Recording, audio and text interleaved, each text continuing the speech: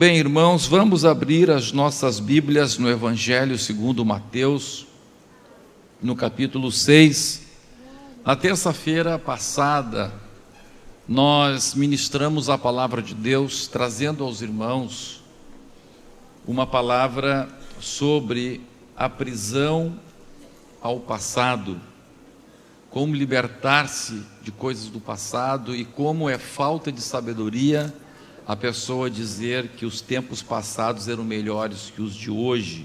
Nós estudamos sobre isto, o prejuízo que traz esta ideia de pessoas dizerem, os tempos antigos que eram bons.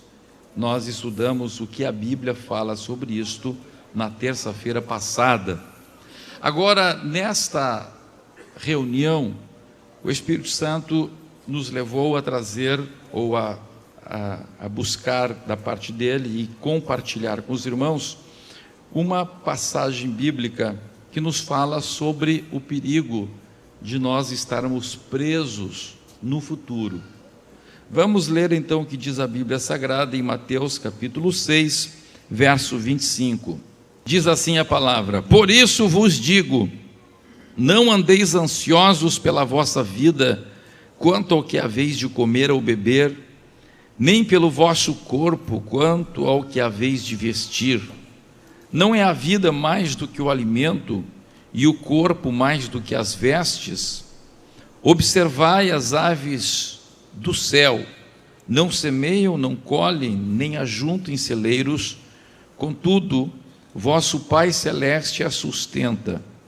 Porventura não valeis vós muito mais do que as aves? Qual de vós, por ansioso que esteja, pode acrescentar um côvado ao curso da sua vida?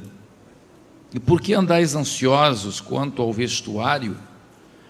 Considerai como crescem os lírios do campo, eles não trabalham nem fiam. Eu, contudo, vos afirmo que nem Salomão, em toda a sua glória, se vestiu como qualquer deles. Ora, se Deus veste assim a erva do campo, que hoje existe e amanhã é lançada no forno, quanto mais a vós outros, homens de pequena fé. Portanto, não vos inquieteis dizendo: que comeremos, que beberemos, ou com que vestiremos? Porque os gentios é que procuram todas estas coisas. Pois vosso Pai Celeste sabe que necessitais de todas elas. Buscai, pois, em primeiro lugar o seu reino e a sua justiça, e todas estas coisas vos serão acrescentadas. Portanto, não vos inquieteis com o dia de amanhã, pois o amanhã trará os seus cuidados. Basta ao dia o seu próprio mal. Amém. Glória a Deus. Os irmãos que se levantaram podem sentar. Meus amados, a palavra de Deus, conforme nós estudamos na terça-feira passada, nos mostra o perigo de nós ficarmos olhando pelo retrovisor, nos mostra o perigo de tanto ficar presos nos problemas, nos traumas passados, quanto diz a palavra de Deus que a falta de sabedoria ficar com uma nostalgia que não nos leva a nada, achando que os tempos passados foram melhores do que hoje. A palavra de Deus nos mostra que o ser humano tem esta tendência de estar sempre se queixando, sempre murmurando. E quando olha para o passado, se lembra das coisas boas e não se lembra das coisas más. Se lembra do que aconteceu de bom e não se lembra dos detalhes. E aí fica dizendo, agora que eu estou mal. E vimos o caso, não é, de pessoas, por exemplo, que estão casadas e aí ficam se queixando do casamento, mas esquecem que quando eram solteiros estavam numa solidão terrível, estavam no desespero para casar. Aí ele esquece daquele desespero que ele tinha de casar, se esquece daquilo que ele sofria, que ele passava como solteiro, e por isso queria casar, e agora casado vai ter as lutas de casado, e fica dizendo, no tempo de solteiro que era bom. Se o tempo de solteiro era bom, por que você quis casar? É porque não estava bom. Se tivesse bom, você ia continuar solteiro. Ou você é louco. Um dos dois. Se no tempo de solteiro era bom e você quis casar, então você é doido. Tem que te atar. Não é? Por que você quis casar? Porque estava ruim. Aí agora está casado, aí fica dizendo, bons eram tempos de solteiro. Então a Bíblia diz que isso é falta de sabedoria. É falta de sabedoria. Porque todos os tempos têm as coisas boas e as coisas más. A questão não é as coisas boas ou as coisas más, mas é com quem passamos as coisas boas e as coisas más. Se passamos a nossa solteirice com Deus, a nossa solteirice foi maravilhosa. E se estamos casados com Deus, também estamos com alguém que é maravilhoso. A tua esposa pode não ser a melhor mulher do mundo, o teu marido pode não ser o melhor homem do mundo, com certeza não é, mas você tem contigo o melhor Deus do universo, o único Deus, Criador dos céus e da terra. E a presença de Deus, é a companhia de Deus, é a nossa entrega a Deus que faz a diferença. Nós não somos felizes ou abençoados porque somos solteiros ou casados. Como disse o pastor Dilson, que me antecedeu aqui, ele é feliz tanto andando num carro sem assoalho com uma tábua, como andando, agora ele não disse o carro dele, né? Hoje ele anda de Corolla, né? Glória a Deus. Então ele é feliz, ele continua sendo feliz. Então, meus amados, não existe esse negócio de ficar chorando pelos cantos, não. Você tem que entender que a felicidade está em Jesus, a felicidade está em ter comunhão com Deus. Deus é bom quando a gente é solteiro, e Deus é bom quando a gente é casado. Bendito seja para sempre o seu nome. Agora, meus amados, a palavra de Deus está nos falando aqui sobre o problema do futuro. Como disse, terça-feira passada falamos sobre o passado. Aqui a palavra de Deus nos aponta ao futuro.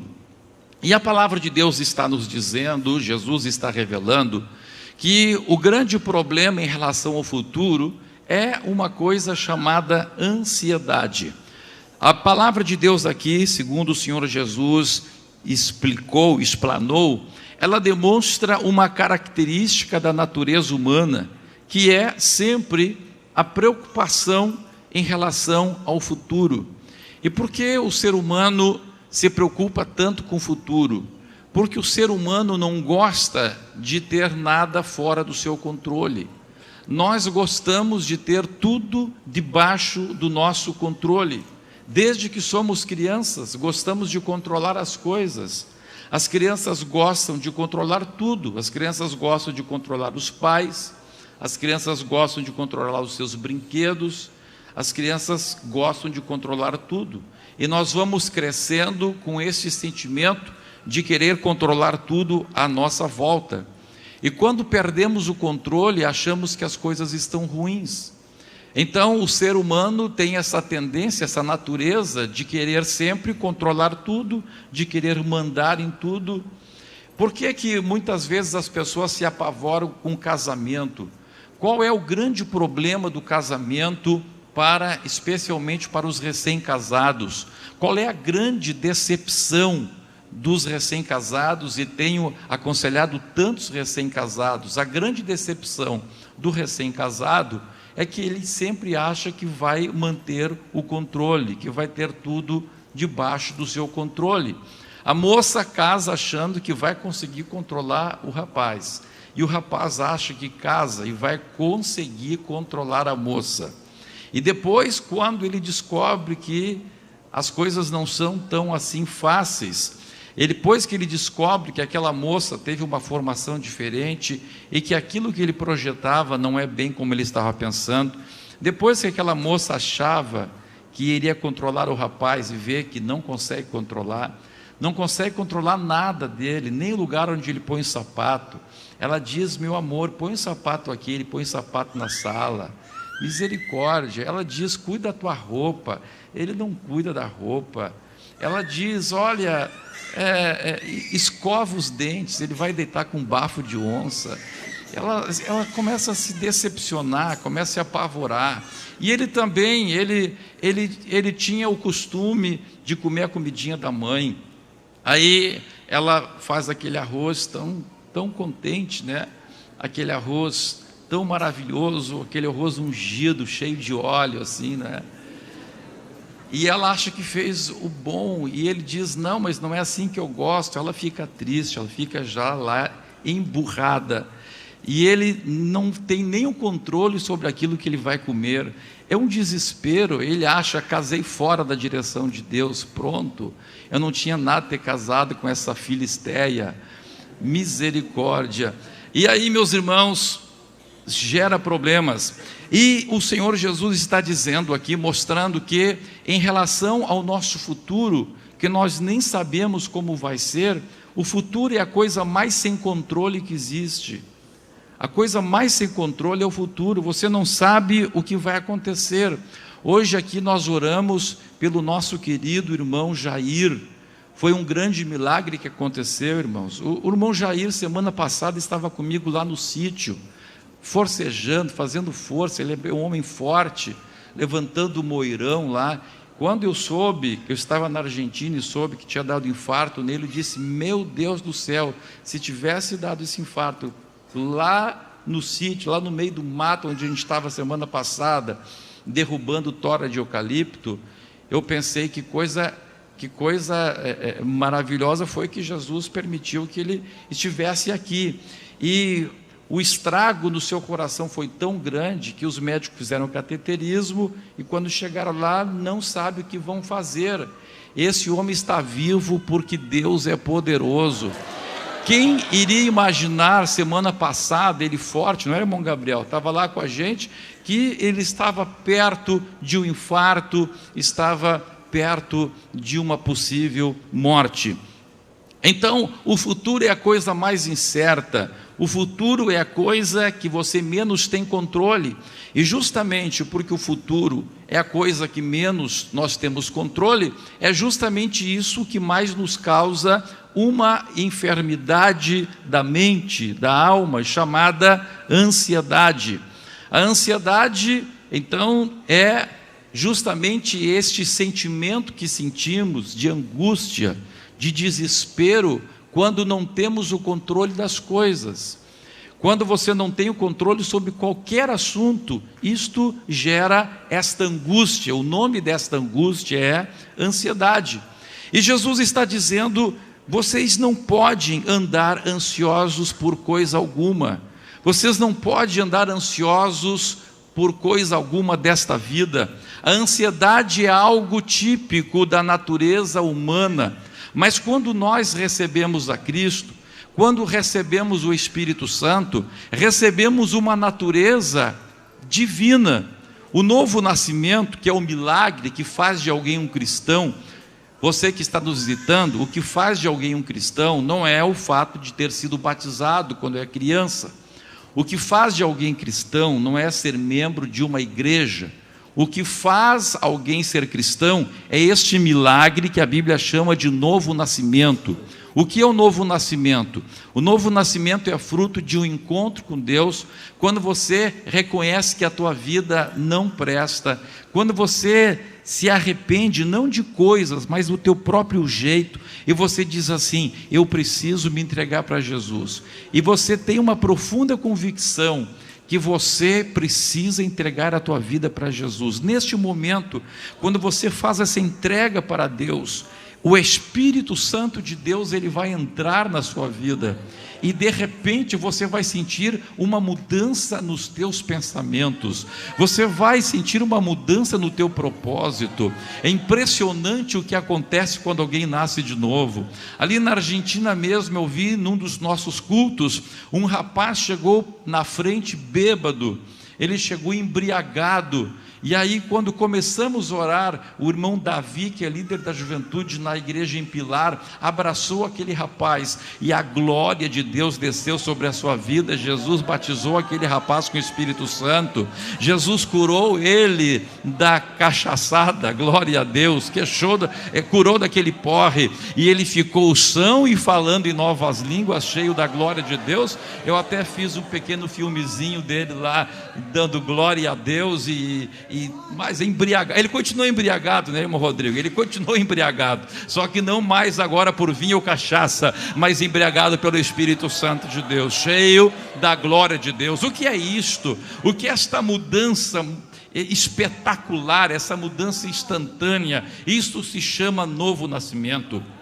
E a partir do momento em que recebemos a experiência do novo nascimento, a natureza divina se aloja em nós, e agora começa esta guerra entre a velha natureza e a nova natureza. A velha natureza ansiosa, a velha natureza querendo ter o controle das coisas ainda, mas a nova natureza entregou tudo para Deus. Se eu entreguei tudo para Deus, então eu voluntariamente abri mão do controle, eu passei o direito de controlar a minha vida para Deus. A minha vida não é mais minha, a minha vida é dele. O meu futuro não é mais meu, o meu futuro é dele. A minha família não é mais minha, é dele. O casamento não é meu, é dele. O ministério não é meu, é dele. A esposa não é minha, é dele. Os filhos não são meus, são dele. O carro não é meu, é dele. A casa não é minha, é dele. Se tudo é dele, por que eu vou estar preocupado? Aleluia. Esta é a revelação que o Espírito Santo de Deus traz. Esta é uma revelação que está além da mente humana. Isto é milagre. Novo nascimento é milagre, salvação é milagre, santidade é milagre, paz em Deus é milagre. A paz de Deus, que excede todo entendimento, guardará os vossos corações em Cristo Jesus, diz a palavra do Senhor. Aleluia, bendito seja o nome de Deus. Agora, meus irmãos, nós estamos nesta guerra, nesta batalha, porque a velha natureza quer o controle. Por esta razão, em Lucas capítulo 9, versículo 23, Jesus disse: se alguém quer vir após mim, negue-se a si mesmo, dia a dia tome a sua cruz e siga-me. Esta é a condição essencial, esta é a condição sine qua non para seguir Jesus. É você abrir mão do teu controle, e você vai dizer: Senhor, agora a vida não é mais minha, agora a vida é tua. Eu nego a mim mesmo, eu vou te seguir. Oh, glória a Deus! Que coisa boa, que paz maravilhosa, que descanso precioso quando estamos nas mãos de Deus. Agora, meus irmãos, é claro que muitas vezes, mesmo nós estando nas mãos de Deus, mesmo nós nos entregando para Deus, claro que vem as preocupações, claro que a ansiedade nos assalta, porque ainda estamos na carne, ainda estamos neste invólucro terrível, carnal, efêmero, este tabernáculo no qual habitamos aqui na terra, que nos puxa para a terra, que nos faz ser apegados às coisas da terra, que nos faz nos preocupar com o amanhã. Mas quando estamos na presença de Deus, entendemos que isto não é coisa de crente, glória a Deus, isso não é coisa de crente, irmãos. Primeira coisa que nós temos que tomar é essa atitude de que isto não é coisa de crente. Não é coisa de crente fumar, não é coisa de crente beber, não é coisa de crente adulterar, não é coisa de crente roubar, não é coisa de crente matar, não é coisa de crente ser ansioso. Por que não é coisa de crente roubar? Porque a nova natureza não rouba. Por que não é coisa de crente matar? É porque a igreja proíbe matar? Não, é porque não é coisa de nova natureza matar. Por que crente não bebe? Por que o crente não usa bebida alcoólica? Por quê? Porque a nova natureza não aceita isto. A palavra de Deus diz que as obras da carne são as orgias, são a bebedice, mas quando estamos no Espírito, nós vivemos livres. da bebedice, vivemos livres do adultério, vivemos livres da impureza sexual. Não é porque o pastor Humberto está mandando, não é porque o pastor Humberto está com o binóculo olhando para você, não. É porque você recebeu Deus na sua vida, o Espírito Santo de Deus está na sua vida. Ora, meus irmãos, se nós entendemos, se nós rejeitamos em nosso interior estas coisas que são da carne, por que nós acariciamos, justificamos e tentamos muitas vezes relevar como de pouca monta o fato de andarmos ansiosos? Jesus está dizendo, o mesmo Jesus que diz não para tantas coisas, Jesus está dizendo: não andeis ansiosos pela vossa vida. Ansiedade mata, ansiedade destrói, ansiedade não causa nenhum resultado positivo. O Senhor Jesus, Ele faz uma pergunta no versículo 27, Ele diz: qual de vós, por ansioso que esteja, pode acrescentar um côvado ao curso da sua vida? O que é um côvado? Côvado é a medida entre o cotovelo e aqui os dedos. O Senhor Jesus está perguntando: olha, por mais ansioso que você esteja, você não consegue acrescentar nem isso aqui na sua vida.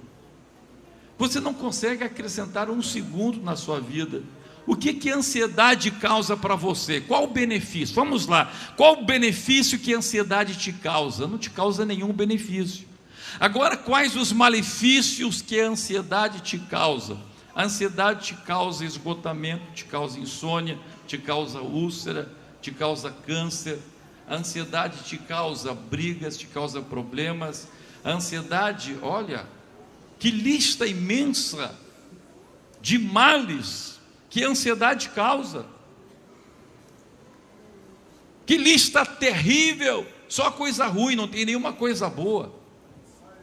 Agora, meus irmãos, se a ansiedade só produz coisas ruins, por que você continua com ela? Por que você não encara a ansiedade como realmente um problema? Quando é que a gente consegue emagrecer? A gente só consegue emagrecer quando encara a gordura como uma coisa ruim. Sim ou não? Sim. Enquanto você olha a gordura como uma coisa que não é tão problemática, aí você vai levando. Aí um dia o médico chega e diz assim para você: olha, seu fulano ou dona fulana, eu quero dizer o seguinte: se você continuar com esse peso, você tem mais 1 ano de vida. Aí você se apavora. Aí você resolve emagrecer. Aí você resolve deixar de comer costela gorda. Aí você resolve deixar de comer isso, aquele outro que você gosta tanto. E você pizzaria, né? Você deixa de ir na pizzaria, deixa de comer rodízio de pizza, enfim. Por quê? Porque você tomou um susto, você tomou um choque. Você entendeu que aquilo ali é uma coisa destruidora. Agora veja, nós não entendemos que a ansiedade é destruidora. Nós não nos damos conta que este sistema que nós temos de querer ter tudo sob controle é algo destrutivo e algo inútil, que não nos acrescenta absolutamente nada, nem um côvado, nem um pedacinho assim. Não te traz nenhum benefício. Jesus está falando isto 2000 anos atrás. E Jesus está dizendo hoje para ti: eu quero te libertar. Eu quero te libertar desse negócio aí. Oh, glória a Deus. Bendito seja o nome do Senhor. Você sabe que a ansiedade ela produz na nossa mente um quadro, que na maior parte das vezes este quadro é enganoso. Na maior parte das vezes os problemas que nós projetamos para o futuro, eles estão na nossa mente, e depois chega amanhã, está tudo resolvido. E se não está resolvido, se não tem solução, já está solucionado, pronto, não é aquilo ali.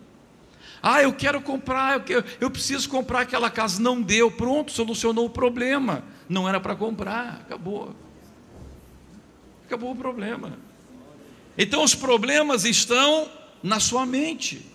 É você que monta o problema, você que diz assim: eu tenho que fazer isso, se não fizer isso é uma tragédia. Eu tenho que comprar este carro. Meu Deus, se eu não comprar esse carro, misericórdia, eu vou perder esse negócio. Mas que coisa horrível, mas e grande coisa, você não tinha perspectiva desse negócio até 10 minutos atrás, mas agora você põe na sua cabeça que não fizer esse negócio, você vai morrer.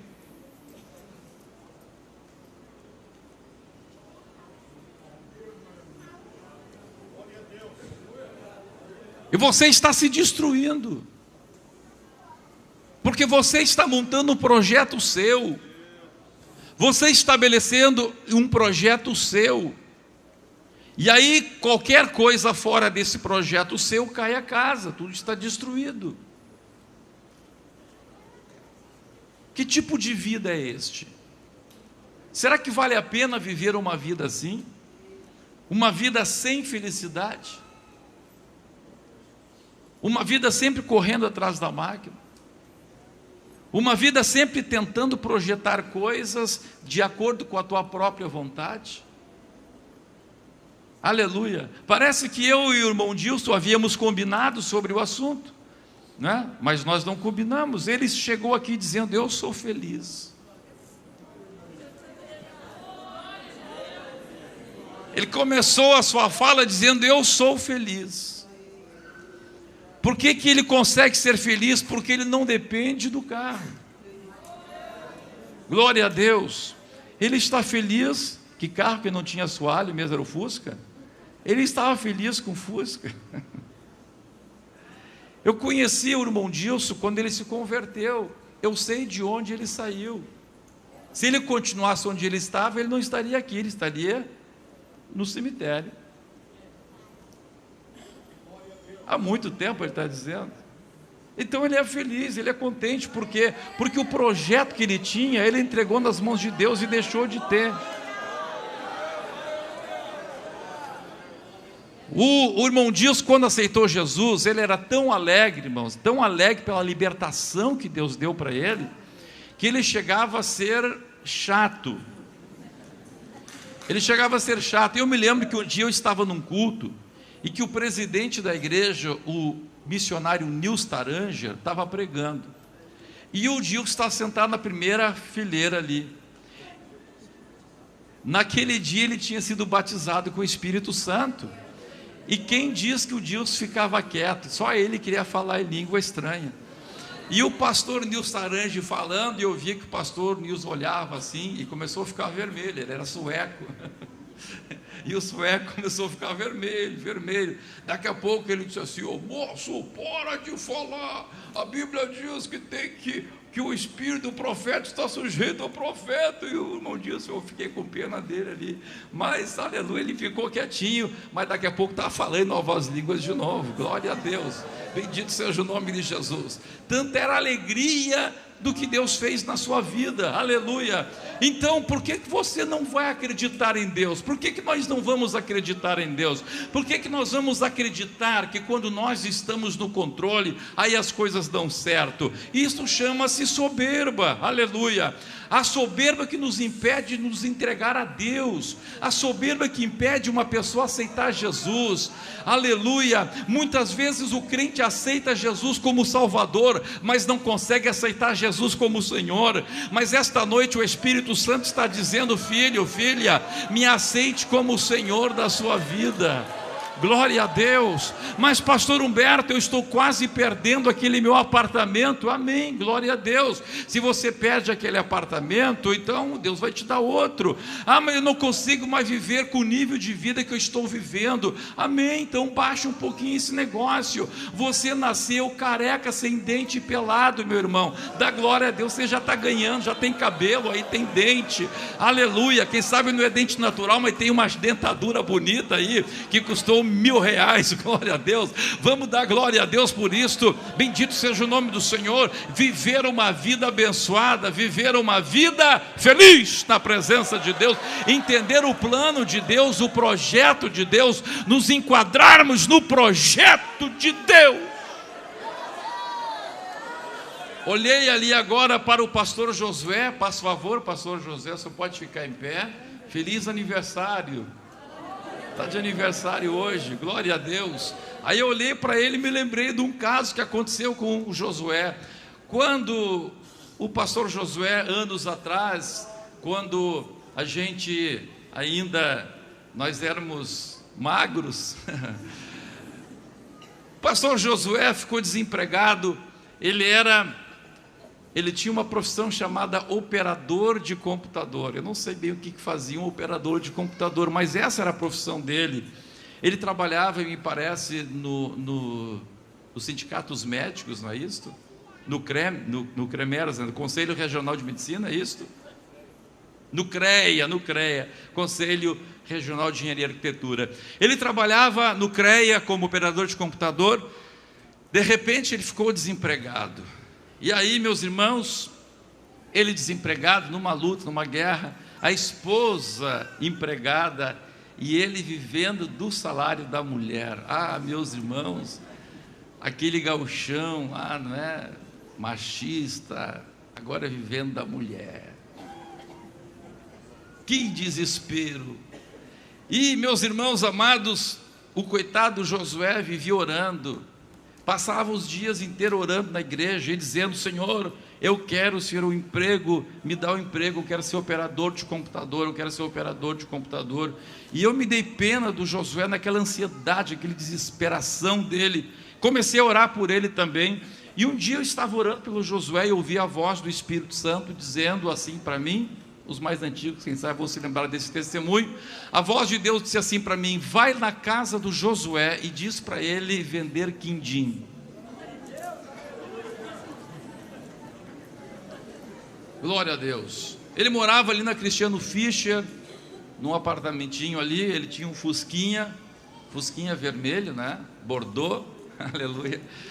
Cheguei lá, toquei a campainha, ele atendeu. O irmão José é mais alto que eu, não é? E eu fiquei com medo. Agora eu falo esse negócio para ele me dar uma bolacha.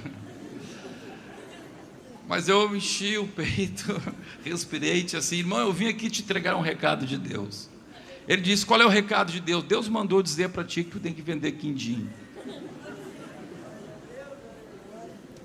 Aleluia. Você tem coragem de entregar uma profecia dessas?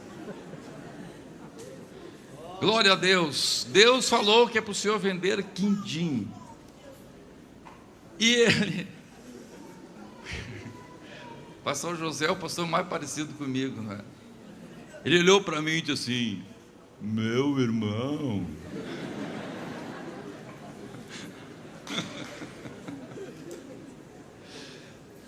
meu irmão, quindim.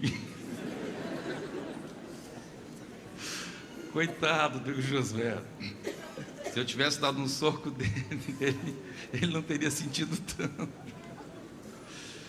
Eu disse: sim, Deus falou comigo para você vender quindim. Põe umas caixas de quindim no teu carro e sai vendendo por aí. Ele disse assim para mim: aqui do lado tem uma fábrica de quindim. Eu imito ele, né? Mas na verdade eu imitando ele, estou imitando eu, né? Bem, aí, meus irmãos, ele foi na tal de fábrica de quindim, pegou umas caixas e saiu vendendo em escolas, não é, pastor José? Saiu vendendo em escolas. Ele foi obediente à voz de Deus. Glória a Deus, foi obediente. Saiu vendendo em escolas. Vendeu o quindim uma semana. Depois de uma semana vendendo quindim, chegou um dono de uma distribuidora de medicamentos, que era cliente do banco onde a irmã Rosinha trabalhava. A irmã Rosinha era caixa, né, irmã Rosinha? Eu vi a irmã Rosinha por aí. Está ali a irmã Rosinha. Era caixa, né? E ele chegou e perguntou para ela: ô Rosinha, tu não conhece um vendedor? Foi assim, né? E ela disse assim: eu conheço. Daí ele disse: olha, porque eu preciso de um vendedor para minha distribuidora para pegar todo o sul do estado. É isso, pastor José? Era o sul do estado, né, do Rio Grande do Sul? Todo o litoral do Rio Grande do Sul para vender medicamentos. A irmã Rosinha disse: oh, meu marido é vendedor. Glória a Deus. Então ele disse assim: então diga para amanhã ele passar no meu escritório. Oh, glória a Deus. E ele estava apavorado, meus irmãos. Ele estava apavorado, tinha um outro apavoramento dele ainda. Me esqueci de falar para vocês. Por que que eu fui orar por ele? Porque no culto ele chegou e disse assim para mim: pastor Humberto, agora que a coisa ficou feia. O quê? Eu estou desempregado e ainda me pediram um apartamento. Vão me despejar lá porque... Vão te pedir um apartamento? Vão. Eu disse assim: então dá glória a Deus, é porque Deus quer dar um para ti. Propriedade. Eu disse: mas eu estou desempregado. Aí veio o assunto do quindim. Aleluia. Glória a Deus. Foi assim, pastor José? Foi, né? Glória a Deus. Aí, meus irmãos, o que acontece? No outro dia, ele foi. E ele me disse que ele foi todo o tempo orando naquele Fusca dele, dizendo: Jesus, ajuda que o homem não pergunta o que que eu venda. O que que eu vendo? Chegou lá: o senhor é vendedor? Sim, sou vendedor. Não disse que fazia só uma semana que era vendedor. O homem não perguntou. E também não disse o que ele vendia. O homem não perguntou. O homem conversou com ele, gostou. É tua, glória a Deus, a representada é tua. De uma hora para outra, de operador de computador, virou vendedor de quindim. E de vendedor de quindim, virou representante comercial para todo o litoral do Rio Grande do Sul de medicamentos. Passou um tempo, ele me procurou e disse assim: pastor Humberto, fechamos o negócio, compramos um apartamento. Deus está dizendo para mim e para você: você se entregou para mim, ou não?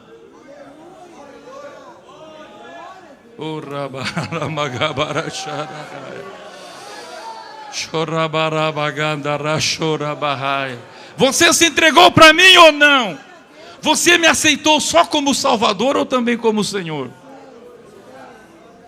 Se você me aceitou como Senhor, por que você anda ansioso? Se você realmente entregou a sua vida nas minhas mãos, por que essa ansiedade? Mas pastor Humberto, a ansiedade é uma coisa que ela não está sob meu controle. Eu quero ter controle de tudo, mas não tenho controle nem sobre a minha ansiedade. Olha que paradoxo é isso. A pessoa que quer ter controle de tudo não controla nem a sua ansiedade. E quando você realmente perde o controle para Deus, aí você controla a ansiedade. É o inverso. Aí você diz: mas pastor, eu não quero ser ansioso. Mas como é que eu faço? A palavra de Deus diz-nos, vamos ler Filipenses. Glórias ao nome de Jesus. Filipenses, eu gostaria de falar mais, mas eu vejo que o tempo não permite. Filipenses capítulo 4, versículo 6. Glória a Deus. Podemos ler desde o verso 4. Verso 4, aí fica mais inteligível. Deus está dizendo assim para ti: alegrai-vos sempre no... Alegrai-vos sempre no... Alegrai-vos sempre no...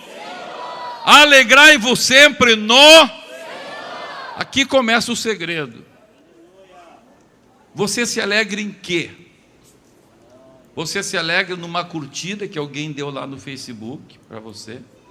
Você se alegra num elogio? Você se alegra com um carro? Você se alegra com uma casa? Com uma roupa nova? Há pessoas que para se alegrar, irmãos, precisam comprar. Eu conheci um amigo que ele dizia o seguinte: quando ele estava meio chateado, ele ia comprar, ele ia para um shopping, ele ia para uma concessionária de carros, nem que fosse para dar lá um passeado no test drive. Isso é um sintoma terrível. O sintoma é que a pessoa se alegra com as coisas daqui. Então, a partir do momento que a tua alegria, que a tua esperança está nas coisas daqui, Só em imaginar que você pode perder o controle disso já te dá desesperação. Porque a tua alegria é nas coisas daqui. A tua alegria não está em Deus. Agora imagine, meus irmãos amados, minhas irmãs, Deus está dizendo aqui para você o seguinte: olha, aprenda a te alegrar em mim. A coisa está ruim, vem para a minha presença e te alegra em mim. Oh, glória a Deus! Oh, glória a Deus! Oh, glória a Deus! Irmão, sabe qual é o pior lugar do mundo? Sabe qual é o pior lugar do mundo? Pior lugar do mundo, eu acho, pelo menos dos lugares que eu visitei, o pior lugar do mundo, que eu acho que é uma amostra grátis do inferno, é um presídio brasileiro. Já fui num presídio americano, parece que nem é presídio, mas já fui em presídios brasileiros. Verdade, os irmãos que trabalham nos presídios, não é um lugar terrível de opressão, que as pessoas são tratadas sem nenhum respeito, sem dignidade, que a pessoa está ali sem poder sair, preso, pagando por um crime. Aquilo é muito parecido, claro, o inferno é muitas vezes pior. Agora, meus irmãos, se você chegar, por exemplo, na galeria, na quarta do B, é isso, irmão Sérgio?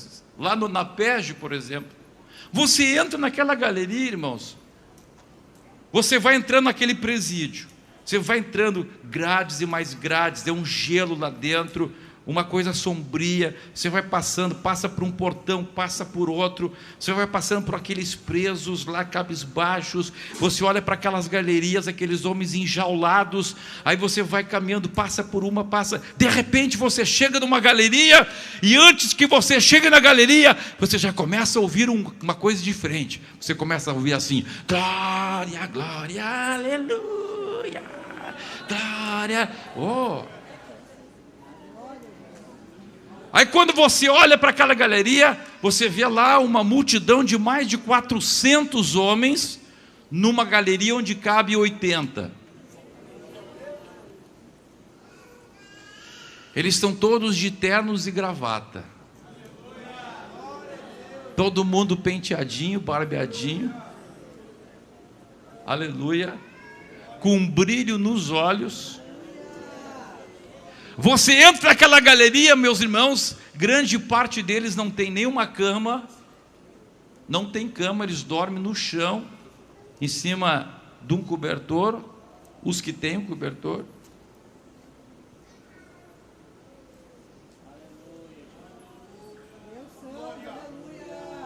Homens que não têm nada, eles perderam o controle de tudo. Eles não comem o que querem, eles não vão onde querem.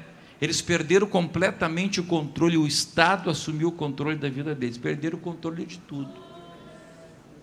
Mas se encontraram com Deus e conseguiram entregar a sua vida para Jesus. E aqueles que verdadeiramente são libertos, são nascidos de novo, eles te olham com brilho nos olhos e te abraçam e te dizem a paz do Senhor. Aleluia, glória a Deus, glória a Deus. Você acha que alguém consegue ser feliz dentro de um presídio? Se você acha que não, vai lá, vai nas galerias da restauração dentro dos presídios. Eu gostaria que todo mundo um dia fosse num culto lá.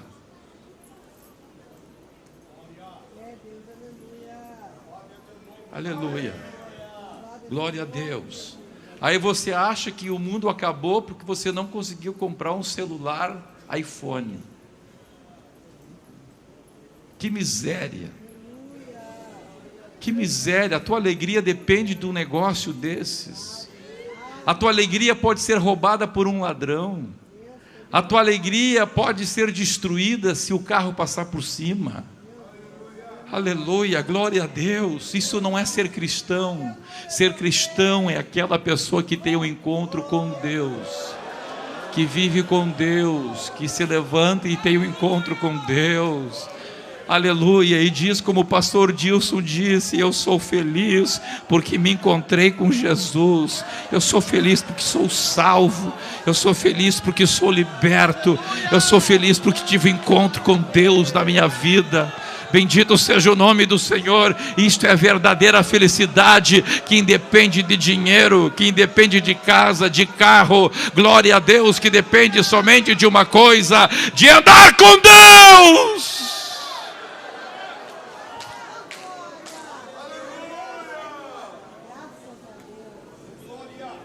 Alegrai-vos sempre no Senhor. Quem é que falou isto? É alguém que vivia numa mansão? Não, é alguém que viveu a maior parte do seu tempo de ministério preso, num presídio. Paulo, preso de Cristo, prisioneiro por ser cristão. Mas lá de dentro da cadeia ele dizia para a igreja: alegrai-vos no Senhor. Outra vez digo: alegrai-vos.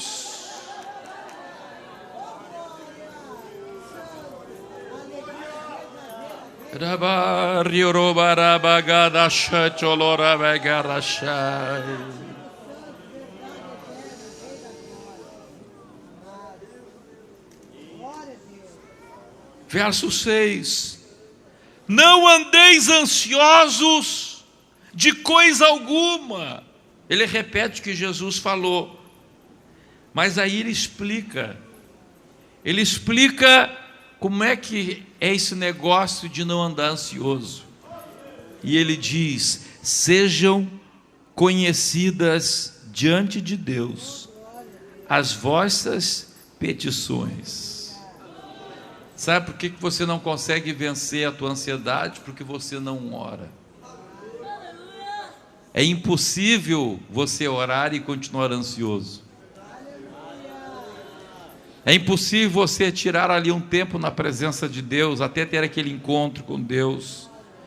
Você vai orando, glória a Deus. Por favor, faz de conta que essa Bíblia aí é o seu problema. Faz favor, o senhor pode ficar em pé.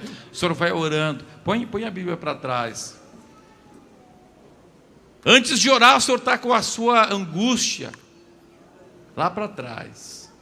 Aí o senhor começa a orar, começa a vir para frente.